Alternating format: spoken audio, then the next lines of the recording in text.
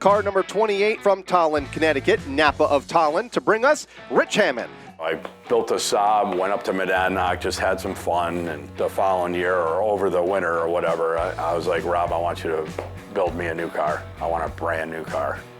And I said, I ain't screwing around, I want the best of everything.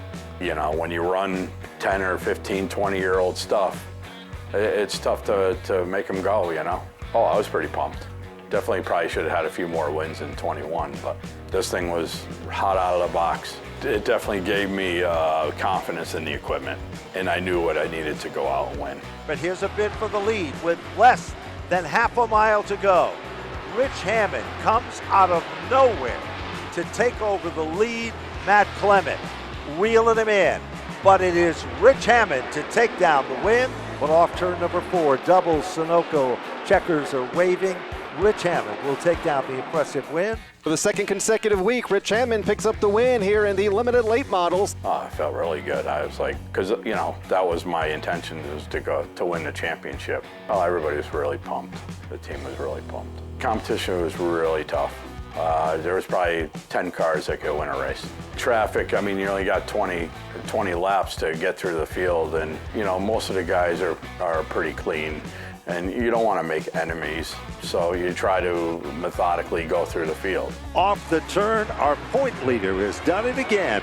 Rich Hammann back in winning form here at Stafford. You know, I can tell him what the car is doing, and usually his feedback works, and I'm telling him, and I show him the information on the tires, and, you know, they're true racers, man. The finish line, Rich Hammann, another win on the season for the 28. It was awesome. I mean, you know, I kind of had high expectations. Once I knew what I had coming out of the second week, the first win, the third weekend, I was like, okay, we got something now. There was a wreck going into one, I believe, and there was a lot of smoke, and I went down into the track, tried to come up into the track, and it hit the part of the asphalt that drops down. And it ripped the right side open, and it broke the spring. And then I tried to get a spring, and still haven't gotten a spring yet. Clement in third, now out of shape, and here is Fern into Clement, and that'll collect Rich Hammann, the point leader, on the back straightaway. Well, I'm all done. The year's done. Our championship's done. The whole right side, it was off, and I broke a rib, so it was just me and Rob from RRC at the shop. Physically, it hurt a lot to try to get the car back together. I didn't realize the rear end had got bent too until the next following week, so we had to pull the rear end out and bend it back, and I usually put it right behind me. But it hurt a lot to get in the car and to drive.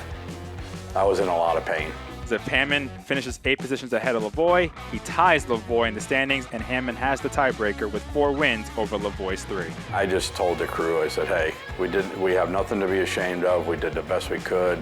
You know, I just kind of prayed about it, and whatever happens, happens. And there's 2 laps to go. Jeremy Lavoie goes around in turn 4. And so does Jay Clement.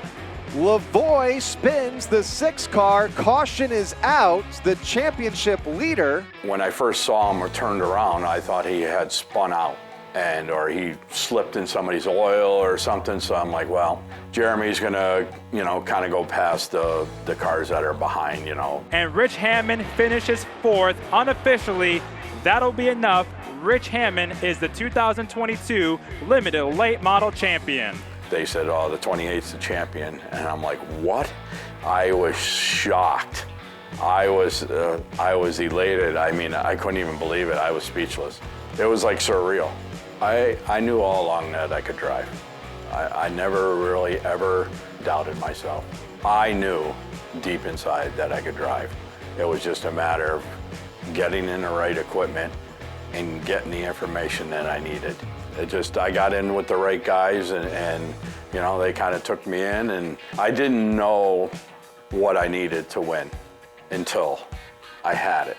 I got to thank Rob and Mark from RRC. Every week they gave me the tools to go out there and compete. Without them, you know, I definitely wouldn't be sitting here with you. I have to thank all my sponsors. I have to thank Mike Wheeler from Tolland Napa. I think he opened a new store in Stafford, I believe. So if you need your auto parts, go there. I guess they do really good in their paint department. So Donnie from Rat Auto Machine, Flow Racing, MWI Mobile Welding Industries, DMW Graphics, Dennis for the great paint scheme. Family Life Care chiropractor, he came on board this year. I have to thank them because my tranny broke a tranny. They helped me out. Doc from Family Life Care, he's a hell of a race fan. Riley Electric for the generator and the associated sponsors, all the Aroots for all they're doing for our sport. We've never had this much exposure ever. I thank them for bringing it to the next level. What's the plans for 23? I guess I probably have to try to defend my title.